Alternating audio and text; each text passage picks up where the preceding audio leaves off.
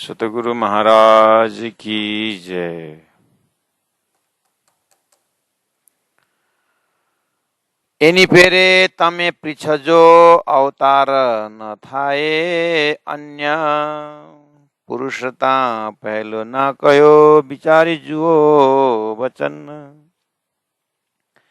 रखे कहने धोखो रहे आ जुआ कया अवतार तो ये कहनी बुधे विष्णु ने जगवी पहुंचाड़ियो पार सुगजी अवतार सौ कया पण बुद्ध में रह्यो संदेह एनो चोख करी नव सक्यो तो ये केम कहे लीला ये तो अक्षरातीतनी लीला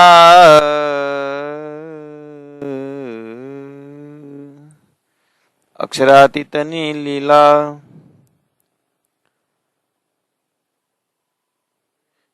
लीला हमारी जेहा पहले संसा सौ भाजिने वली कैस काई कहते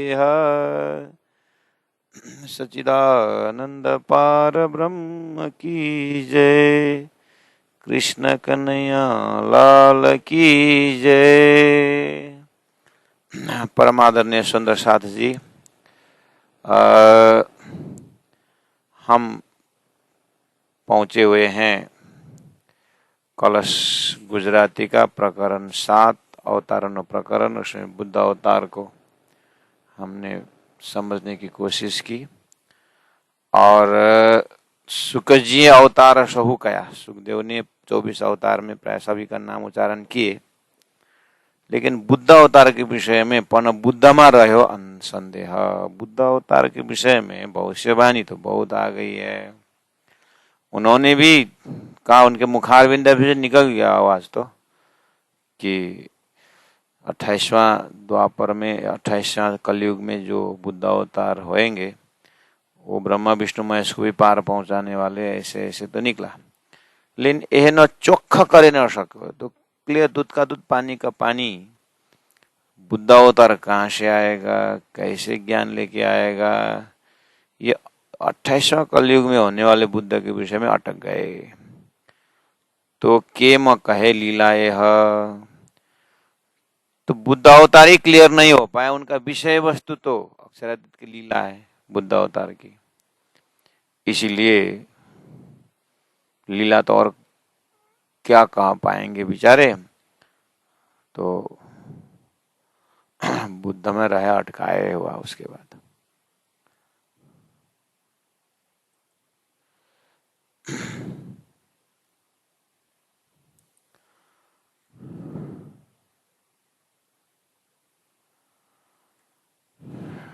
तो प्यारे सुंदर साथ जी, यहाँ तक चिंतन हो चुका है।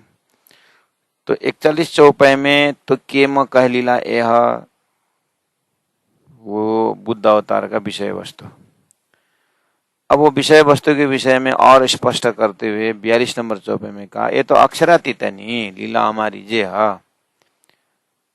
जो बुद्ध अवतार का जो विषय वस्तु है उसकी विशेषता किसमें, क्यों बुद्ध अवतार 28वां कलयुग में जो बुद्ध अवतार होंगे उसकी इतनी महिमा क्यों गाई गई, क्योंकि इनकी विषय वस्तु है अक्षरातीत परब्रह्म परमात्मा का धाम महल मंदिर के लीला गाने का है। ये है विषय वस्तु, इसीलिए वो अटक गए, मतलब क्लियर नहीं हो पाया। वो तारतम खुलासा कर रहा है कि बुद्ध अवतार का विषय वस्तु, बुद्ध अवतार के ऊपर प्रकाश डालते समय बोलना पड़ा कि लीला हमारी जो है वो तो अक्षरातीत की लीला के विषय में गाएंगे। तो इसीलिए अब क्या बोले, तो पहला संसा सहु भाजिने वली कैस काई कत्या। तो पहले संसा सहु भाजिने मतलब आप एक काम कर लेना कि धनी ने पहले संख्या सहु भाजिने, सब संख्या दूर करके फिर कैस काई कत्या, इस विषय में फिर कहता हूँ करके जो शब्द आया ना उसको इस तरह से हृदय में सलाह लेना अपने आप से समझने के लिए कि जैसे मान लीजिए राजी महाराज ने सदगुरु को दर्शन दे करके, देखो सुंदर भाई तुम्हारा घर ये अक्षरातीत है, लीला हमारी जी है, देखो हमारी लीला है परम धाम की। ये तो अक्षरातीत है नहीं, लीला हमारी जी है, देखो। उसके बाद सदगुरु महाराज को राजी महाराज ने बैराट का दर्शन, बैराट का पाताल से परम धाम तक के बैराट का दर्शन करवाए। तो उससे सदगुरु महाराज के हृदय में बहुत शंका का निवारण हुआ। हो कि नहीं हुआ, कि नहीं हुआ? शास्त्र में जो बुद्ध अवतार कल, शास्त्र में जो स्वर्ग वैकुंठ साकार निराकार की जो बातें थी उसके ऊपर से फैसला हुआ। और शास्त्र में स्वर्ग नाश वैकुंठ नाश इन सारी चीजों को भी व्याख्या हुआ। तो सदगुरु महाराज को शास्त्र में होके आए थे सदगुरु, तो उनको विराट का दिखाने से, जैसे अर्जुन को बैराट स्वरूप दिखाने के पश्चात अर्जुन कितना निशंक हुआ। अर्जुन का हृदय है कि भगवान के विषय वस्तु क्या था इसमें, अर्जुन यहाँ भी मैं हूं वहां भी मैं हूं, ये था ना, मैं व्यापक हूं था, तो पकड़ में आ नहीं रहा था। जब विराट स्वरूप दिखा दिया अर्जुन को, तो कितना निशंक हुआ। ऐसे ही पाताल से परम धाम तक क्षर पुरुष का एरिया, अक्षर पुरुष का एरिया, अखंड रास, अखंड ब्रज और अक्षरातीत का दर्शन करने जाने का प्रसंग। इसलिए अक्षर पूर्ण जरूर है लेकिन परिपूर्ण नहीं है।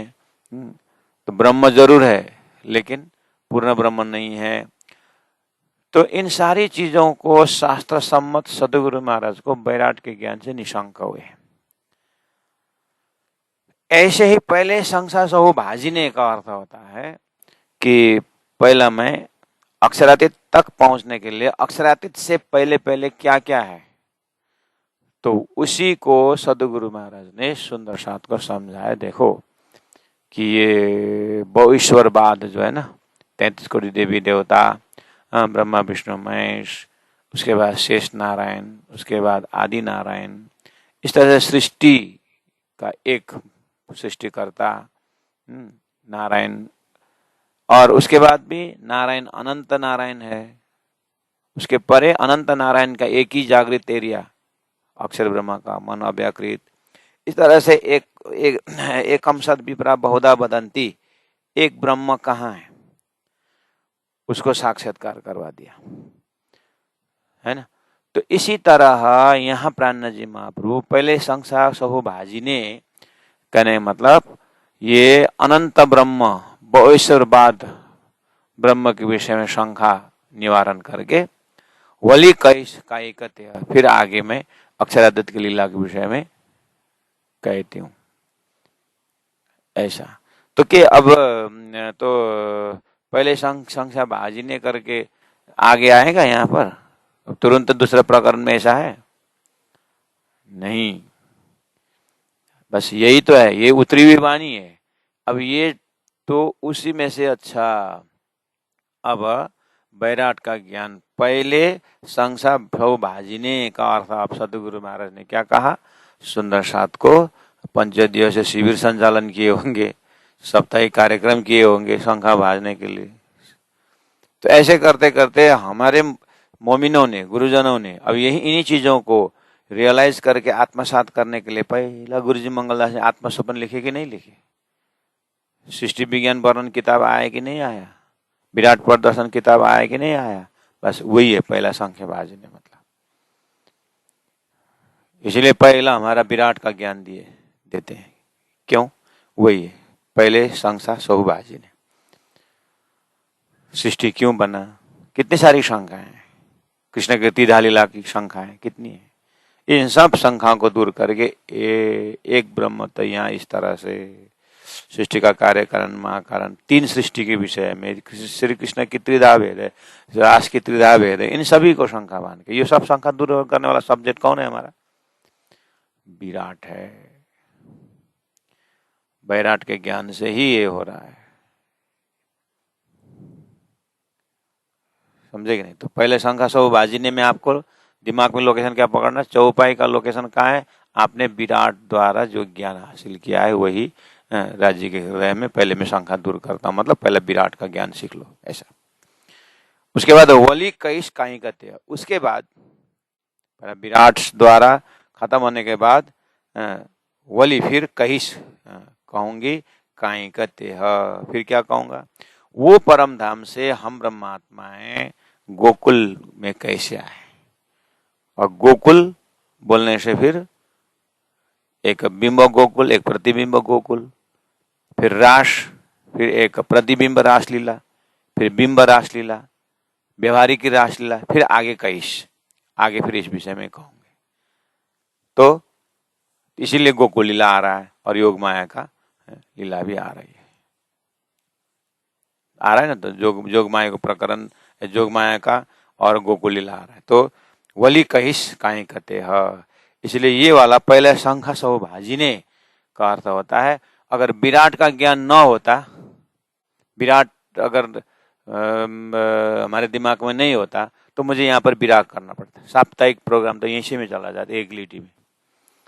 इसलिए आप एक लिटी में साप्ताहिक करेंगे तो फिर हमारा तो 25-26 जन ऑनलाइन है, सब चले जाएंगे। इसलिए खाली हम यहाँ गाइड दे रहे हैं कि पहले शंख सौभाजिने मतलब विराट शुरू करो, उसे निशंक बन जाओ। उसके बाद वो अक्षरातीत एक ब्रह्म, भविष्यवाद खत्म हुआ, एकेश्वरवाद आया। और एकेश्वरवाद अर्थात वो परब्रह्म परमात्मा के इच्छा अनुसार अब ब्रह्मात्माएं कहाँ आएंगे, ब्रज लीला में आएंगे, 11 वर्ष 52 लीला करेंगे, रास में जाएंगे। वो कईस आगे कहूंगी। बैराट निविदा कही तमने, वो आया ना। पहले शंखा सौभाजिने में आपने विराट चलाए, धनी ने विराट दे दिए। उसके बाद बैराट निविदा कही तमने, तुरंत बोल दिया मैंने बैराट तुमको सिखा दिया। बोले पहले लिटी में बोले सिखा भी चुके हैं। तो चौपाई उतरती थी तो प्राण जी महाप्रभु देखते थे, ये ऐसा करना था क्या करके फिर रास्ता में शुरू कर देते हैं विराट। चौपाई तो उतर गई और अपने प्रवचन में बोलते भी हैं, लेकिन सिस्टमेटिक देना तो फिर पड़ेगा। इसलिए बैराट ने भी न कही तमने, रखे राखो मन संदेह। अब आप मन में शंका मत रखो, बैराट द्वारा एको ब्रह्म होने में शंका मत रखो, खेल होने के कारण में शंका मत रखो, बहुत सारे से निशंक हो जाओ। उसके बाद अखंड गोकुल ने प्रतिबिंब गोकुल वली कहूं पृछवो तेह, उसके विषय में समझाता हूं बोल रहे हैं। एक बार थारो श्री कृष्ण लीला सब है ना, कृष्ण का त्रिधा भेद में इसी में आता है। अखंड गोलोक और प्रतिबिंब गोलोक, या अखंड गोलोक में खेलने वाले ब्रह्मात्माएं और प्रतिबिंब गोलोक में खेलने वाले वेदऋचाएं, ये सारी चीज कृष्ण लीला में आता है। तो सब विराट का ही विषय है। तो अखंड गोकुल ने मतलब और प्रतिबिंब, प्रतिबिंब के प्रतिबिंब गोलोक बोलो, क्योंकि अखंड गोलोक तो वहां सब सबल के महाकारण में, सबल के कारण में गोलोक, और गोकुल ब्रजलीला वहां अखंड है तो वहां पर गोकुल सारा है। गोकुल साला है गौलोक, तो एक गौलोक और गोकुल एक ही है। वहां गौलोक का सारा दैवत राधा जी जब आने का था तो यहाँ गोकुल में उतरा हुआ है। इसीलिए अखंड गोलोक, अखंड गोकुल ने प्रतिबिंब। तो गोकुल कहाँ अखंड हुआ, अखंड गोलोक, और प्रतिबिंब गोलोक क्या है, वली कही पृछवो थे, उसको मैं फिर बताता हूँ बोल रहे हैं, समझाता हूँ बोल रहे हैं। तो अब आगे का प्रसंग है वो समझाएंगे। और हमको इसी जगह में समझना हो तो आपको बैराट द्वारा हो गया है। कैसे अक्षर का अक्षर के सपनावत जो ब्रह्मांड में, जो यहाँ पर गोलोक, यहाँ पर जो गोकुल है, उस गोकुल में ब्रह्मा परमधाम से ब्रह्मात्मा आई 11 वर्ष 52 दिन, और 52 दिन राति बंसी बजी, रास में चले गए, रास अक्षरधाम में जग गए। जगने के बाद मैं कौन कहाँ थे आया, उनको वो हुआ। हाँ, गोकुल में मैं कहाँ, ये जो वृंदावन में मैं कहाँ से आया, तो गोकुल से आया। तो जैसे गोकुल का ध्यान किया तो गोकुल भी अखंड हो गया। तो सब लिख के कारण और महाकारण, तो कारण में अखंड हुआ। तो अगर आपको इसी लिट्टी में बोलना हो तो इस तरह से अखंड गोकुल ने प्रतिबिंब गोलोक, इस तरह से ये भाषा बोलना पड़ेगा जो विराट का ही ज्ञान है। ठीक है। और वली कहूँ पृछऊ, वली कही पृछऊ जे, हाँ, उसको मैं फिर इस तरह से समझाता हूँ, आप समझ लेना करके। अब आगे गोकुल अखंड, गोकुल आ ही रहा है, गोकुल का पूरा व्याख्या करते हैं। उसके बाद फिर रास में जाते हैं और रास को अखंड करते हैं। तो रास को अखंड करते समय फिर आती है ये बात, ब्रजरास माया में रमू आही पर्ण में आबिया जी, इस तरह से फिर आगे आता रहेगा। तो अगर इतने बोलने पर अगर आपके हृदय में क्लियर पिक्चर नहीं आया तो फिर मुझे इसी लिटी में मेहनत करने से कोई फायदा नहीं है। आप कृपा करके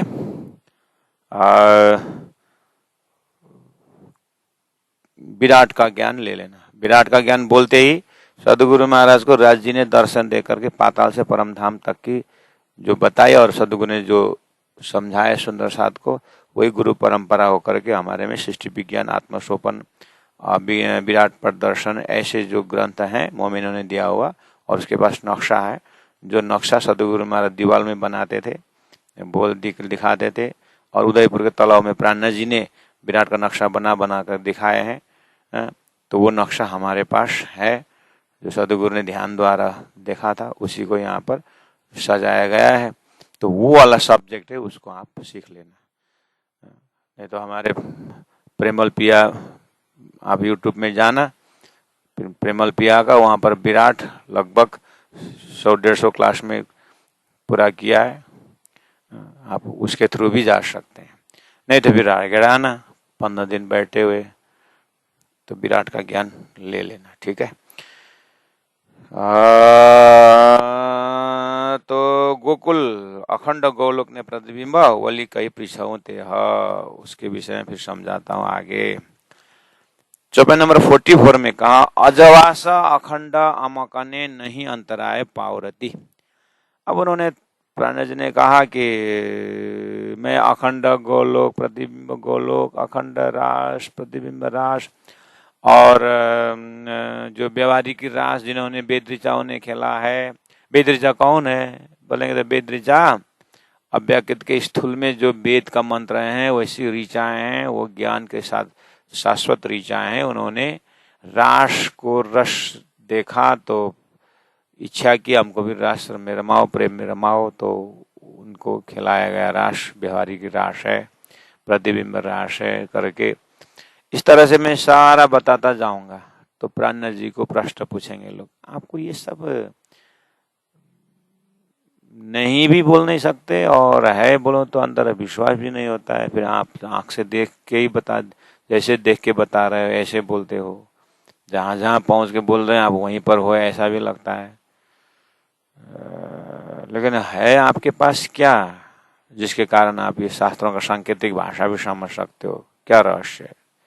तो प्राणनाथ जी बोले, अजवासा अखंड अमकने, मेरे पास अखंड का प्रकाश है। समझ में आई बात? अजवास ज्ञान का प्रकाश, तारतम ज्ञान का प्रकाश, अखंड, अखंड परम धाम का, अखंड ब्रह्म का, अखंड ज्ञान, तारतम ज्ञान अमकने मेरे पास है। इसलिए नहीं अंतराय पावरती, इसीलिए मैं और इन सब्जेक्ट्स, इन विषयों से मैं अलग नहीं हूं। नहीं अंतराय पावरती, इतने से भी मैं इन लीलाओं से अलग नहीं हूं, न धाम से अलग हूं, न अक्षरधाम से अलग हूं। जैसे कोई चीज हम नहीं जानते जिसके विषय में, जब मैं जान लिए तो वो कितने अंदर हमारे अंदर चुप जाता है। जैसे मुझे ड्राइविंग नहीं आती, हमने ड्राइविंग सीख ली, जब जब ड्राइविंग नहीं आता है तो कहाँ दबाता है, क्या हिलाता है, क्या करता है, पता ही नहीं चलता है। एक सरदार जी की एक ड्राइवर चाहिए था, तो बोला साथी को, बोले एक ड्राइवर दे, तो बोले ड्राइवर तो देता लेकिन बहुत चालाक है, ध्यान देना, ये अंदर अंदर पार्ट्स निकल के बेच देता है, ऐसा है वो, ड्राइवर, लेकिन वो पास पास रहना पड़ता है। ठीक है, हम तो गाड़ी में रहते हैं, कोई आता नहीं। तो वो सामने में नहीं बैठा, क्या पीछे अच्छा से नहीं देता है, तो पीछे वाला सीट में बैठा सरदार जी। तो गाड़ी चलाने लगा, ड्राइवर नया है, बोला है इसको तो चालाक है, थोड़ा सा ध्यान देना। तो वो अब चलाना शुरू कर दिया आगे, बहुत विचार कर रहा है सरदार जी। हाँ, जो बोला था ये सही बोला था इसके विषय में साथी ने। तो जैसे गाड़ी एक जगह खड़ा करा और ऊपर से दब्बा से मारा, एक थप्पड़ मारा। तो बार बार इसको उखाड़ने के लिए क्यों प्रयास कर रहा है? मतलब कहाँ उखाड़ने के लिए? ये जो बगल बगल बार बार ऐसा क्यों करता है? उखाड़ने के लिए बोल रहा है। अरे सरदार जी, मैं गियर चेंज करना पड़ता है ना, 1 नंबर 2 नंबर, मैं कहाँ उखाड़ने के बोला? नहीं नहीं, तेरा नियत ठीक नहीं है। जो गाड़ी का आइडिया नहीं है तो वो गियर चेंज कर रहा है बेचारा। सरदार जी बोल रहे हैं कि वो तो उखाड़ने को बोल रहा है वो। हाँ, समझे कि नहीं? तो ऐसे लोग जोक्स बोलते थे इस जोक्स में, लेकिन जो आइडिया है वो अभी हम जैसे गियर चेंज कर रहा है बोले तो उखाड़ने का थोड़ी होता, तो उसको तो गियर चेंज किया तो गाड़ी नहीं दौड़ती है। तो वो आइडिया होते ही कितना क्लियर हुआ। ऐसे ही परम धाम, अक्षरधाम, अखंड ब्रज, अखंड राज, संसार, ये वेद शास्त्र उपनिषद का तारतम ज्ञान द्वारा पूर्ण प्रकाश है, निशंक है। तो प्राणा जी बोल रहे हैं सदगुरु महाराज के 40 साल के मेहनत से, परम धाम की इस मेहनत से मुझे अजवास तारतम का प्रकाश, अखंड परम धाम का अमकाने मेरे पास है। इसे नहीं अंतराय पावरती। मुझे इन शास्त्रों के भविष्यवाणी से, ये अखंड ब्रजराज के शब्दों में से उसका अर्थ करने में, उसको देखने में, उसको समझाने में मुझे कोई भी अंतराय नहीं, कोई गैप नहीं मेरे पास। मैं जहां से बोलूं वहीं पहुंचता हूं, ऐसा मेरे पास तारतम्य ज्ञान है। इसलिए रासरमी गोकुल आव्या, रासरमी गोकुल आव्या। देखो, परम धाम से ब्रज में आए तो समझ में आता है। तो रास रम करके गोकुल आव्या बोल रहे, रास रम करके गोकुल आव्या। तो एक ही साथ बाहर जाके ऐसे बोलेंगे तो रास रमन करके हम गोकुल में आए करके बोलेंगे तो क्या है, पहला ब्रज हुआ उसके बाद रास में गए ना हम करके, वो आपको क्रॉस क्वेश्चन पूछेंगे, है कि नहीं? यहाँ क्या बोल रहे हैं? रासरमी गोकुल आव्य बोल रहे हैं ना, रासरम करके गोकुल आव्य बोल रहे हैं। रासरम करके गोकुल आव्य, हाँ ठीक ठीक ठीक, रासरम के गोकुल में आया। तो वो बात सामने वाला समझ गया। तो अब उनको पूछो, रास रमन करके हम गोकुल आव्या, आप बताओ रास में जाने से पहले कहाँ थे? बोले तो गोकुल में ही थे। अच्छा, गोकुल में थे, तो गोकुल में कहाँ से गए? गोकुल में तो कौन? कृष्ण। हाँ, कृष्ण तो मथुरा से गए। अच्छा, कृष्ण मथुरा से गए, तो गोकुल के गोपियां कहाँ से गई ब्रजमंडल में? वो तो वहीं पैदा हुए हैं। हाँ, ये है आपके पास अखंड ज्ञान नहीं है ना, अखंड धाम का अखंड ज्ञान, तारतम्य ज्ञान नहीं है, इसलिए आप गोपियों को वहीं पैदा कर रहे हैं। ऐसा नहीं है। ये गोपियां जो है ना, वो परम धाम से आई ब्रह्मात्मा है। गोकुल तो एक एरिया है, हाँ, और गोपियां जो है वो भी संसार के जीव है वो। लेकिन अंदर जो श्री कृष्ण से प्रेम करने वाले जो है ना, वो तो अक्षरातीत परम धाम से आए हैं। इसीलिए गोकुल में आकर के 11 वर्ष 52 लीला की है। उसके बाद रास में गए, ठीक है। और रास रमे गोकुल आव्या, रास रमन करके गोकुल में आव्या है। और प्रतिबिंब लीला यहाँ था कि, बस ये लिटी देखिए तो अब, प्रतिबिंब लीला यहाँ था कि, प्रतिबिंब लीला यहाँ से शुरू होता है करके बोल रहे हैं। अब पढ़ा ना मुश्किल। हमारे ही तारतम्य सिलेबस में जब तक हम बैराट या प्रकटवाणी जैसे ग्रंथ, क्योंकि ये तो कलश गुजराती है, रास और प्रकाश किताब है, प्रकाश किताब के अंतिम प्रकरण में जो प्रकटवाणी है, प्रकाश किताब के अंतिम प्रकरण में, तो प्रकटवाणी लीला में भी ये व्याख्या किया है। इसलिए बैराट से पूरा तारतम का सार अतिसार एक सिलेबस बैराट में ये सारा ज्ञान आता है, वहां से क्लियर होता है। तो यहाँ पर तो बीच में से बोल दिए क्योंकि उत्तरी वाणी रिविल नॉलेज है, सिस्टमेटिक तो प्राण जानते में बताते हैं, सिस्टमेटिक तो अर्थ करके, उसी का नाम है शिविर, उसी का नाम है 5 दिवसीय कार्यक्रम, उसी का नाम है बैराट सब्जेक्ट। तो रासरामी गोकुलाबिया प्रतिबिंब लीला यहाँ थकी मतलब से, यहाँ से प्रतिबिंब लीला शुरू हुआ बोले तो ये प्रतिबिंब लीला शुरू हुआ मतलब ये कौन है, ये वेद ऋचाएं। तो वेद ऋचाओं को लीला को प्रतिबिंब लीला कहते हैं। तो रास रमी ने आबिया, रास रमन के आकर के आए, 11 वर्ष 52 दिन की रात्रि रास हुई। उसके बाद ब्रह्मा आत्मा हुआ, ब्रह्मा आत्माएं जो है वो तो रास रमन करने के पश्चात गए परातम में थोड़ी देर, और यहाँ ब्रह्मांड चालू हुआ और जैसा का तैसे ही हुआ। लेकिन फर्क क्या हुआ, श्री कृष्ण जो 11 वर्ष 52 लीला की थी उनके अंदर राज्य का जोश था, वो परम धाम में ही राज्य के पास गया। और जो गोपियों में जो ब्रह्मात्माएं थे वो परात्मा में चले गए। अब 24,000 ईश्वरीय आत्मा भी वही थी और वो भी ब्रह्मात्मा जाने के बाद अक्षर में लीन हो गए, जो 24,000। तो ये 24,000 और वो 12,000, तो 36,000 जीव जो है, पवित्र जीव, उत्तम जीव, ब्रह्मात्मा ने वास किया हुआ जीव जो है वो 36,000 और वो 12,000 और 24,000।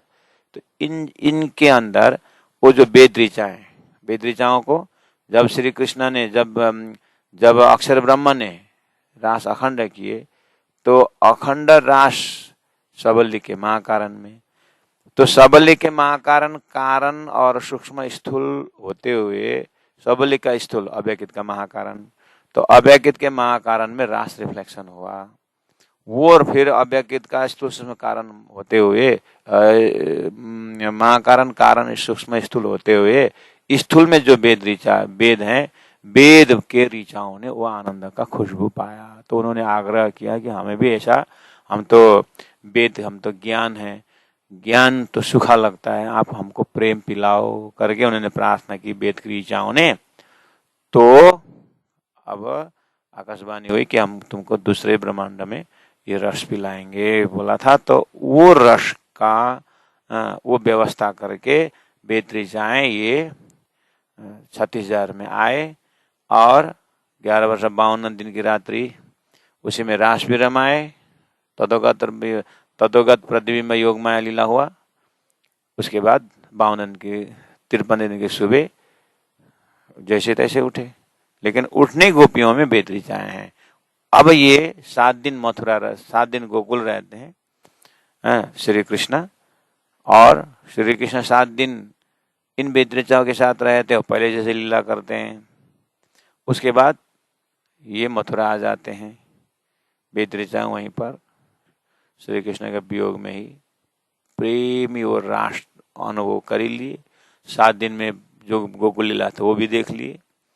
उसके बाद अपना अपना समय लेकर के ये वेद ऋचाओं की वापसी होती है। और लेकिन वो रास के प्रेमी होने के कारण अव्यकित के महाकारण के शुद्ध कारण में रह करके महाकारण का रास पीते हैं। ये वेद ऋचाओं का प्रेमी होने के कारण प्रमोशन हो गया। लेकिन ब्रह्म आत्माएं जो है परम धाम वापस गई थी, वो ब्रह्म आत्माएं अब श्री कृष्ण जाने के यानी कलयुग लगने का 4,660 वर्ष बाद में परम धाम से ब्रह्म आत्माएं खेल में आती है। वो विक्रम संवत 1638 में सतगुरु के साथ साथ अब ब्रह्म आत्माएं आने लगते हैं। ठीक है, उसके लिए कहा यहाँ पर रासरामी गोकुल आबिया प्रतिबिंब लीला। यहाँ था कि मतलब वेद ऋचाएं जैसे 11 वर्ष 52 दिन के दूसरे दिन 53वां दिन आए तो वेद प्रतिबिंब लीला शुरू हुई। ऐसा अर्थात प्रतिबिंब गोकुल है, ये गोकुल लीला। लेकिन वो जो रास जो 6 महीना का जो प्रतिबिंब रास बोलते हैं ना, वो खेल के ही आए हैं। कहने मतलब 11 वर्ष 52 दिन की रात्रि में महाराष्ट्र जो ब्रह्मात्मा खेला वो भी हुआ और बेतरजा ने खेला राष्ट्र भी वो भी हुआ। उसके बाद 53वां दिन का सुबह उठे, तो उठते समय का ये बेतरिचाएं हैं। तारतम्य सूरज प्रकट्यो सकल थयो प्रकाश, ये सब अभी जितने भी हमने बताया वो किसके प्रकाश से बताया हमने? सदगुरु महाराज के तारतम्य के प्रकाश से। सदगुरु महाराज को राज जी ने बताया, राज जी ने सारा भेद खोलने के बाद श्री इंद्रावती आत्मा सुंदरबाई आत्मा ने 313 को बताया, उसमें से इंद्रावती आत्मा प्रकट हो गई। तो इंद्रावती आत्मा ने समझाते समझाते अब तारतम्य ज्ञान उदय होने हुआ। तारतम्य ज्ञान उदय हुआ तो इस तरह से समझते समझते हम भी आ गए। तो ये है तारतम्य सूरज प्रकट्यो, तारतम्य रूपी पूर्ण सूर्य ज्ञान प्रकट हुआ, सकल थयो प्रकाश।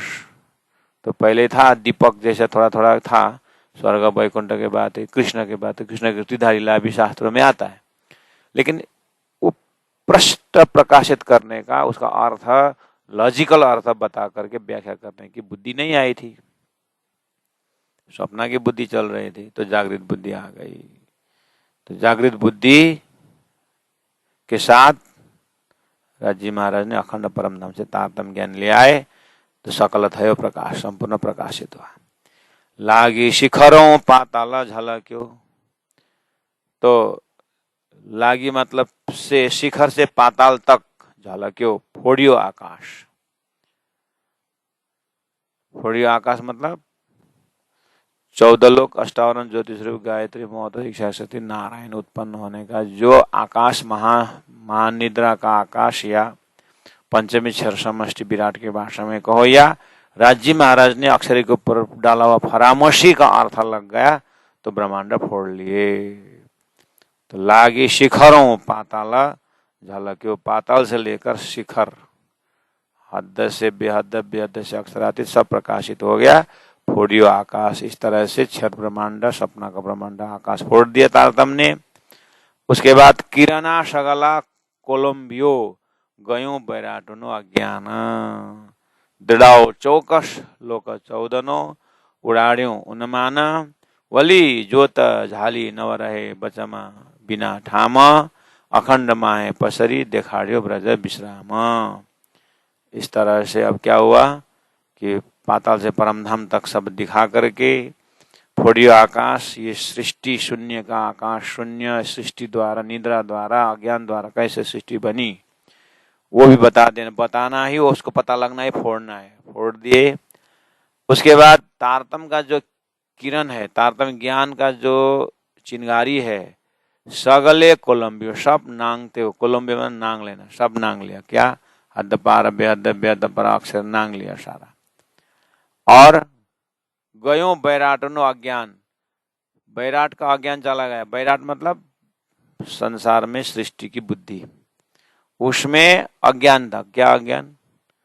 ब्रह्म यथा नाम तथा गुण कहाँ है? यदि ब्रह्म अखंड है, ब्रह्मलीला अखंड है, तो फिर प्रलय कहाँ है? यदि ये संसार प्रलय में जाएगा, नित्य नैमित्तिक प्राकृतिक प्रलय महाप्रलय करके प्रलय में जाते हो, इसको प्रलय में गिराते हो, तो फिर प्रलय से बाहर कहाँ है?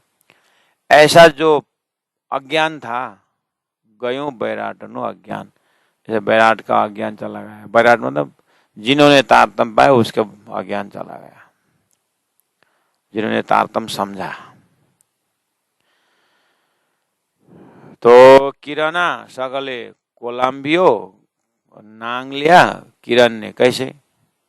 क्षरत तित अक्षरत आया અને અક્ષરાતીત કહેવાય એ आपने जाऊं एने करे ए में अटकल है के में पहुंचा है, अटकल से नहीं होगा, यहाँ पूरा प्रमाणित करना होगा।